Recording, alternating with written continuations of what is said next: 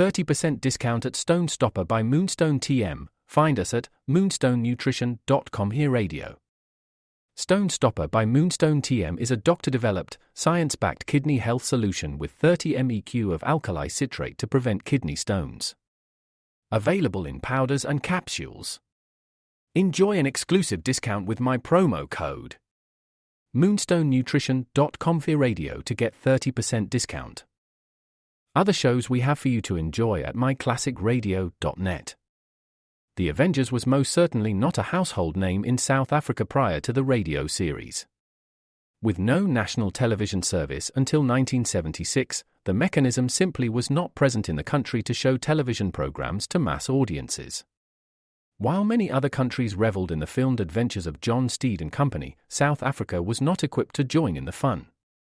The series took Britain by storm and made a major impression in the American markets, being the greatest of rarities, a British series given a network transmission slot.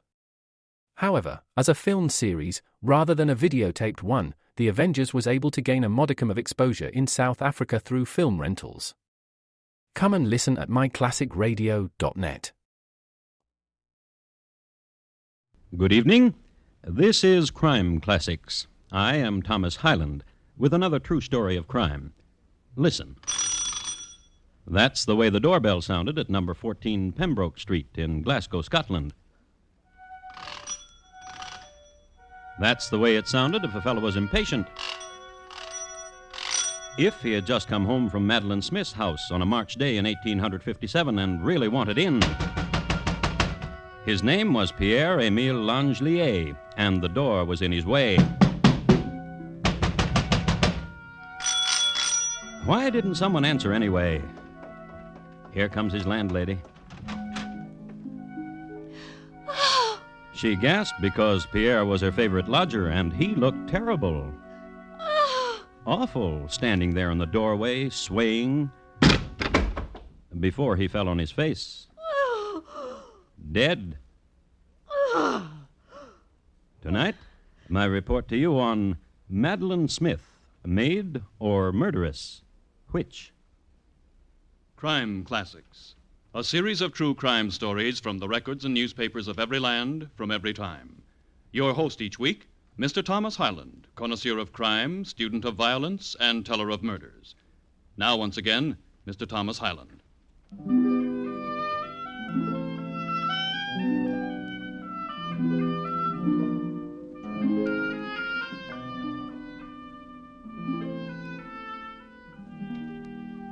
Even in the middle 1800s, Kelvin Grove Park was a place to be reckoned with in Glasgow, in the springtime particularly. A bonny place, a place of greens and merry shouts, where gambled the bekilted young people, or the more serious ones where they strolled hand in hand toward some magical and shady and secret glen. In a street which paralleled the park, Pembroke Street, there was a red brick house. It was owned by Mary Perry, a woman of 50 who liked imaginative men, young men of elegance and foreign flavor, like her lodger, Pierre-Émile Langelier. In all my travels the world over, my dear Mademoiselle Perry, I have never seen such a girl. Once in Algiers, perhaps. But that is another story. Temps perdu, temps perdu. For the last week, you've done nothing but talk about this young lady, Pierre. Oh. Where did you see her today? Auprès de la ducks, where the pond for them is, throwing to them little pieces of bread, and some, more brave than the rest, would swim close to her, and she would make small noises to them, and feed them from her hand. And what else, mademoiselle? You will never guess. Oh, tell me. Her name is Madeline. Madeline Smith. Oh, how do you know? This morning there was a maidservant with her, and they became separated for a moment, and I approached the maidservant. With that way you have, I'll wager. That thing you do with your moustache. Well, yes. Yeah, do it for me. No, mademoiselle. Ah, please. No, mademoiselle. Oh, s'il vous plaît. Very well. Enough. And from the maidservant you learned the lady's name? Yes, and what her father's name is, and where she lives. Her father is Monsieur Smith, the architect, a man of wealth and position. I spent the rest of the morning trying to locate his bank. And did you? Certainement. He is very wealthy, which makes Madeleine a beautiful young woman with a wealthy father. I'm happy for you, Pierre. Oh, but alas, Madeleine is still to me a stranger. But you know so well how to... No, this is a young lady of refinement. I love her very much. If I should do this thing you like me to do and she would laugh at me, I would jump into the duck pond and drown myself forever. Then how would you meet her? Will you help me? Oh, chère mademoiselle, will you help me?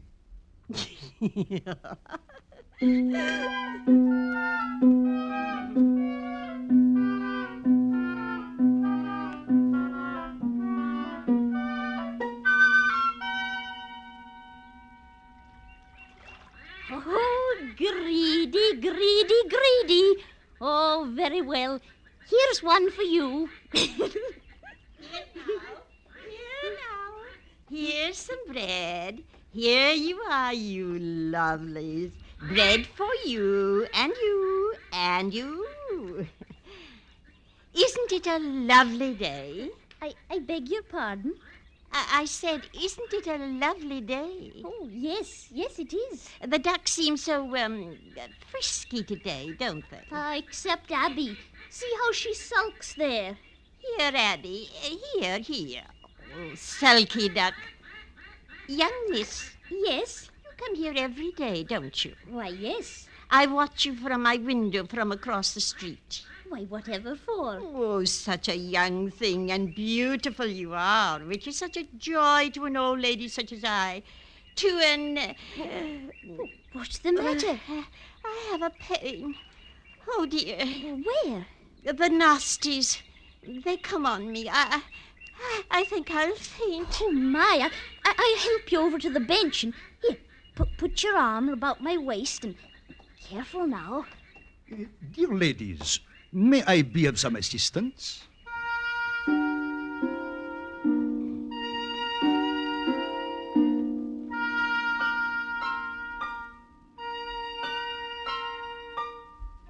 I have here a home medical advisor of the era. The nasties, also known as the vapors, a sudden attack of malaise, predominantly in the female sex, usually preceding a faint. Symptoms: loud noises in the ears, quickening of the heartbeat, and dizziness. Make patient comfortable and apply smelling salts. Now, lie down here on the bench, madame, and we will try to make you comfortable. Now, if there were smelling salts... I have smelling salts. Oh, how beautiful of you. What? Quickly, the smelling salts. And that's the way they met. Mary Perry inhaling the smelling salts, and the two young folk looking at her, concerned. Then the two young folk looked at each other and became more concerned and trembled a bit. And the symptoms they felt were quickening of the heartbeat, dizziness, and loud noises in the ears. And they did what young folks most always did when they are met in Kelvin Grove Park. Somehow their fingertips met and their hands, and they strolled and they found a shady glen. Miss Perry watched them disappear with a happy tear in her eye. She had done her bit for Pierre.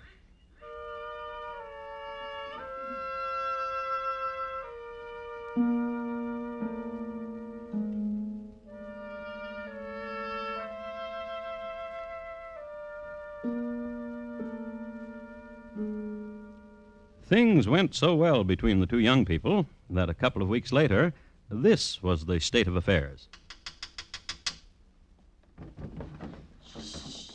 Your mama and papa. Asleep. Oh. Quickly. Come on in. Careful. Careful. Every time you come through this window... Then why do you not put the lamp in another place? Oh, Mimi. Oh, my darling. Chérie. Love. Mimi. Oh, we will marry. Oh, wonderful.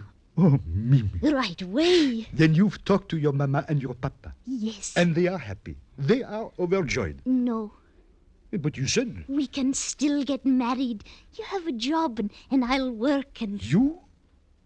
Work? Oh, What's the matter? the thought of you at work. Stitching. and sewing or at the laundry. With these fingers, these precious little fingers. Oh, Pierre. In other words, your mama and your papa. Will disinherit me if I marry you. I refuse to have you disinherited. Then we won't get married? No, somehow, What? it is more romantic this way. Letters to each other each day, and the clandestine meeting, and the kisses, and the... I know.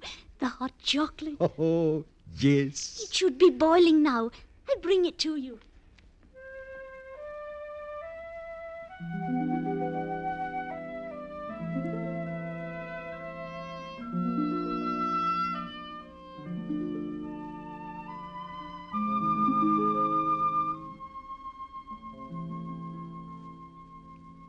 And that was the romance.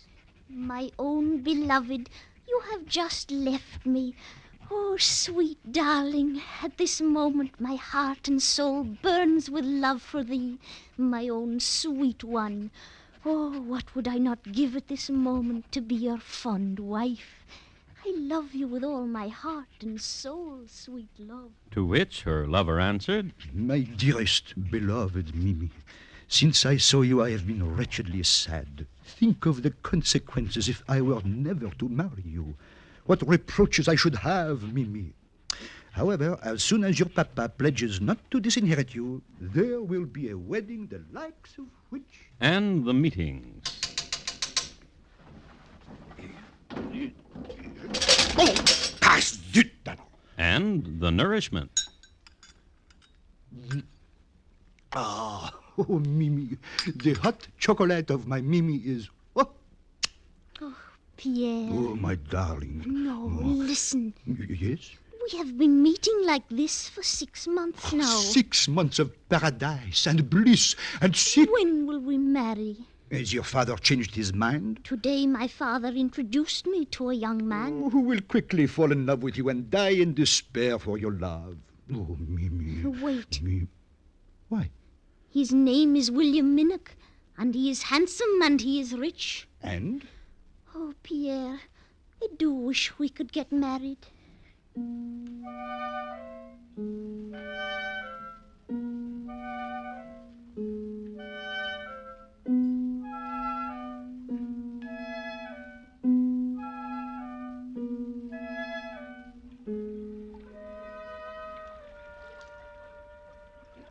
And that's the way it's done, Miss Smith. Manipulation. Borrow from one stock to buy the other, and when the other has gone up, then we pay back. You see? And that is how one becomes rich, Mr. Minnock? Well, is it? Oh, I suppose so. Oh, Miss Smith. Careful, careful, you'll fall. Perhaps you'd just better row, Mr. Minnock. All right. Miss Smith, Yes? William? you said William. Yes, I did. And may I call you Madeline. Madeline? Madeline, Yes? it's 2 months since I've known you. Yes. Last night I spoke to your father. About me. How dear you are to me. How much I love you. And what did my father say to you? That if you'll have me, he would be very happy. Oh, Madeline. Oh, I don't know. I just don't know. But you must. These wonderful days together, you've given me hope. Oh, William, Aye. put the oars down. Now, come here. Kiss me, William. Why, William, that was very nice, William. Very nice indeed. Madeline. Madeline. Oh, Madeline. Madeline.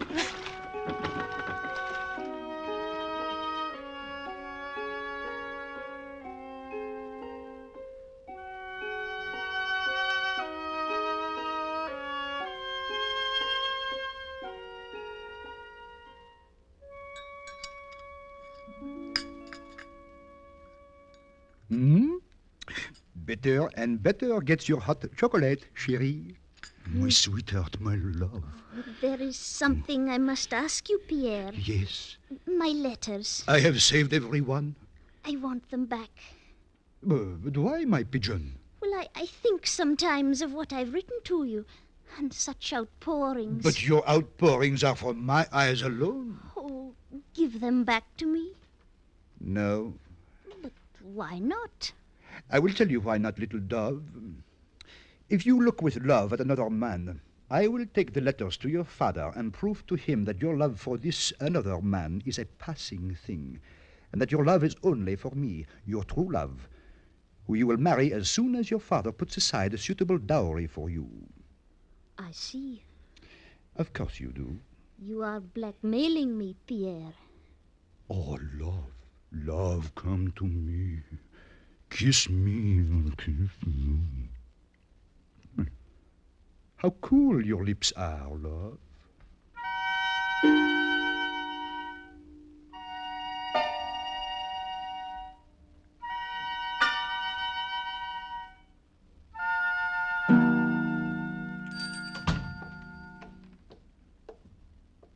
Apothecary. I would like 5 ounces of arsenic. And you know how Pierre liked his hot chocolate.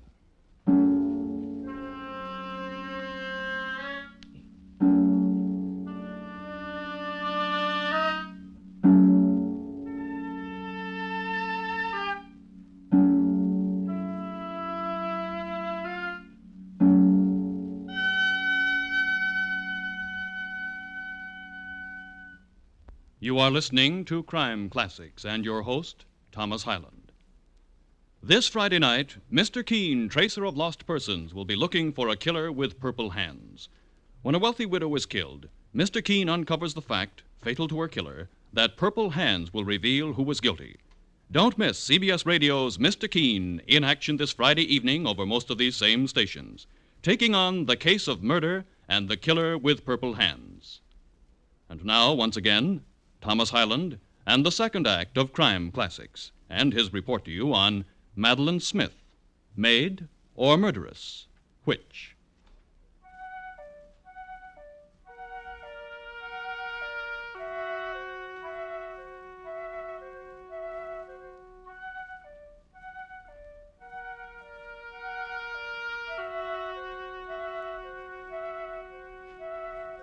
A few words about arsenic. Its number on the Mendeleev table is 33. Its atomic weight is 74.93, and it has a valence of 3 and 5. It is of a silvery luster, but be careful about exposing it to the air, since it will tarnish readily. It is used widely in glass works, in making pigments, in calico and indigo printing, and for poisoning animals. Some people eat it. In the Balkans in particular, it is possible to brush shoulders with arsenic eaters. Other people, however, less innocent, use arsenic to poison people. Still other people use arsenic to poison themselves.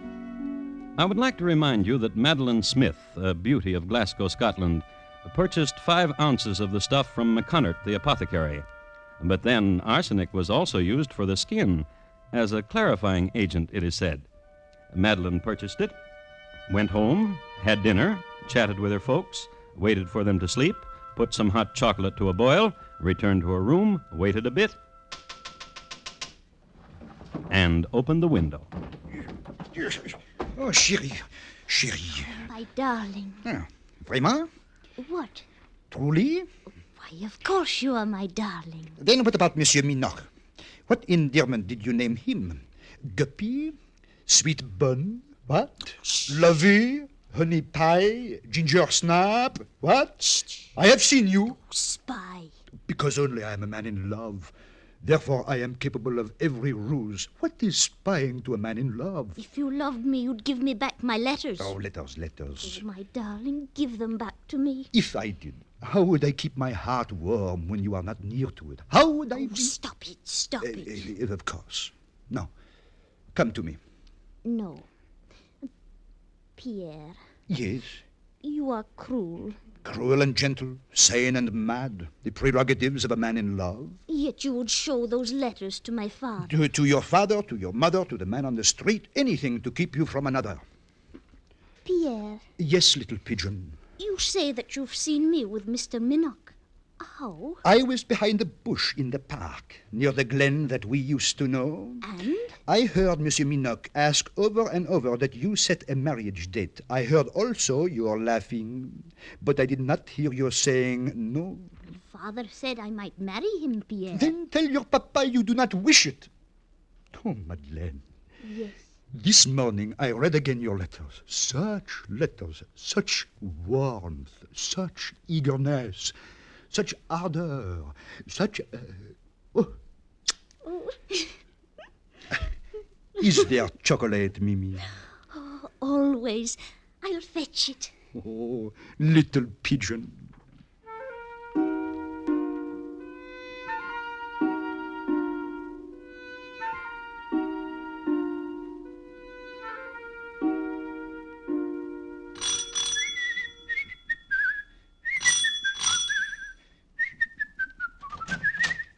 Come in, Pierre. Entree, entree. You're happy. Oh.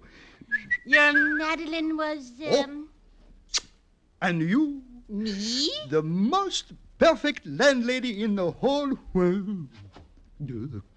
Pierre! Help me. Help me. Oh, what's the matter? You have the nasties. You have... Miss Perry knelt over Pierre, and she knew right away it wasn't the nasties. His eyes were rolling around, and his mouth was grimacing in wordless pain. She went for the cologne, dabbed a little on herself, came back, dabbed a little bit on her lodger. A little later, she helped him up the stairs. Lean on me, Pierre. Lean on me. And helped him to his bed. Miss Perry was never so efficient as when there was a helpless man about. The next morning, Pierre was completely recovered. The next night, he went to visit Madeline in her chambers again, refused to give up the letters again, and had some of that good hot chocolate again, came home to Miss Perry and fell flat on his face again. This time he was in bed for 3 days, which brings us to the evening of March 23rd. As he was walking toward his sweetheart's house, Madeline Smith was attending Mr. Minnoch. Oh, come sit by me, William. Sit here by me. I wish to talk with you. Okay. Dear William, do you love me very much, William? Oh, hi. How much? From here to a star, Father. Suppose, William... Hush, hush, hush. Oh, but you must listen. No. You listen to me. If you're about to tell me about that Monsieur, about Pierre Langelier, don't. I have heard whispers, but I deny them with a laugh and a shrug and a... What's that? The shutter, perhaps. Nothing. I'll see what it is. Oh, and, William... I love. There's some chocolate on the kitchen table. Put it on the stove over the fire. Of course, love. And wait for me down there.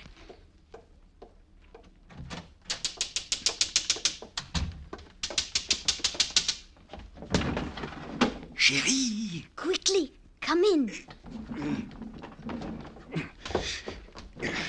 Oh, I have missed you. I have missed you. Oh, my darling. 3 days I was in bed, and my thoughts of you always, dearest Mimi. I know your thoughts fled to me and caressed me and warmed me. Vraiment? Truly. Oh, was there ever a love such as ours? Never, never. Oh, never. And eventually, What? we will marry. Did you know that? Do you truly think so? Whoa, what manner of man would I be? This is tapping upon the window, this stepping over the casement to your arms. Of course we will marry someday. Oh. Of course. For each day, each night that I come here to you and hold you close, I bind you closer to me, and there is no escape. No escape. None.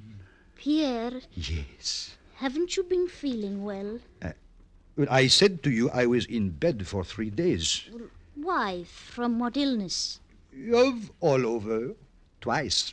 Oh, Each time I have left you, the last 2 times, I have gone to my lodging house and I have sickened. oh, Madeleine, I know just the thing. oh. Hot chocolate. I'll fetch you some. Guppy.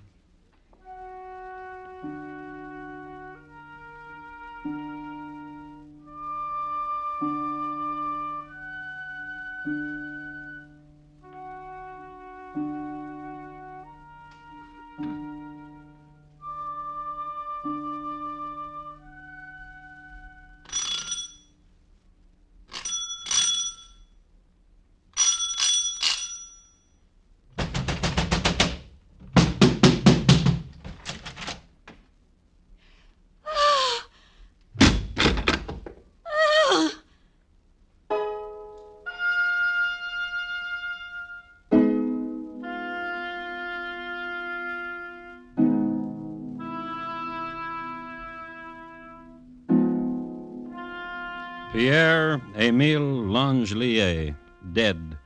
He was buried Thursday, March 26th, and on Monday, the 30th... Look at those letters, sir.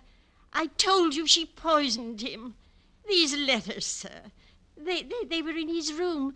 I was the dear man's landlady, and I demand the police read these letters. The police read them. On Tuesday, they dug Pierre up again, shipped him to the laboratories, and the skillful men there found 86 grains of arsenic in his body. That same day, Madeline was arrested, charged with 2 counts of attempted murder and 1 count of murder, and brought to trial on the 30th of June. Madeline herself did not testify, but Mr. Minoch did. I am a merchant in Glasgow. In the course of the last months, I paid my addresses to Miss Smith, and I have made proposals of marriage to her.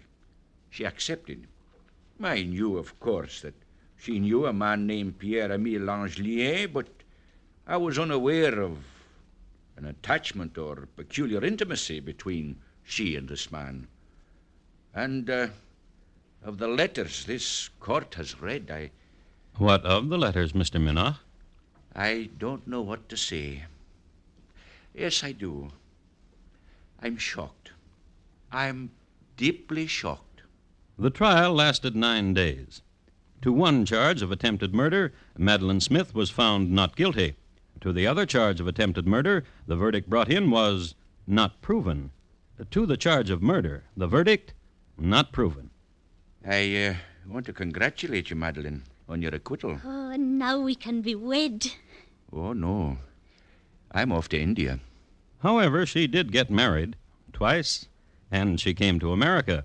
She lived till she was 90 years old. An amazing thing, her complexion always clear and youthful.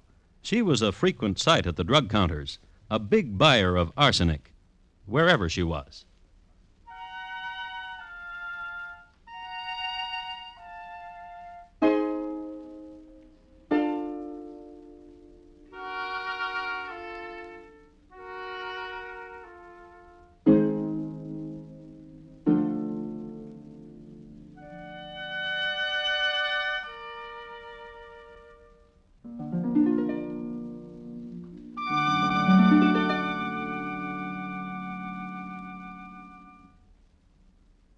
In just a moment, Thomas Hyland will tell you about next week's Crime Classic.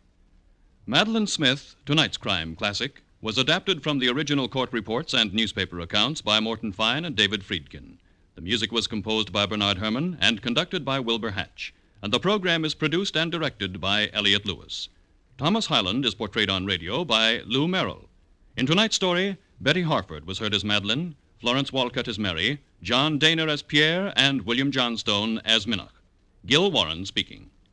And here again is Thomas Hyland. Next week, the state of Vermont. In those years from 1812 to 1820, the hills were green and filled with the little people, and it was worth your life to be caught with them.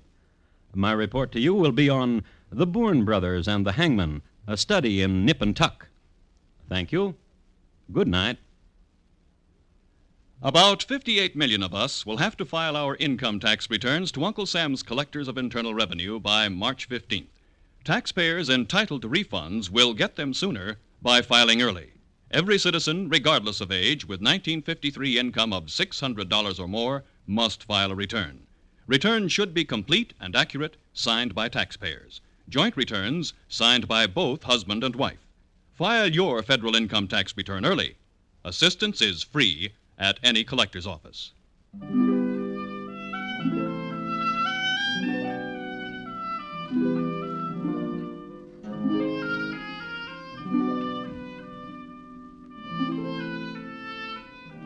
America listens most to the CBS Radio Network.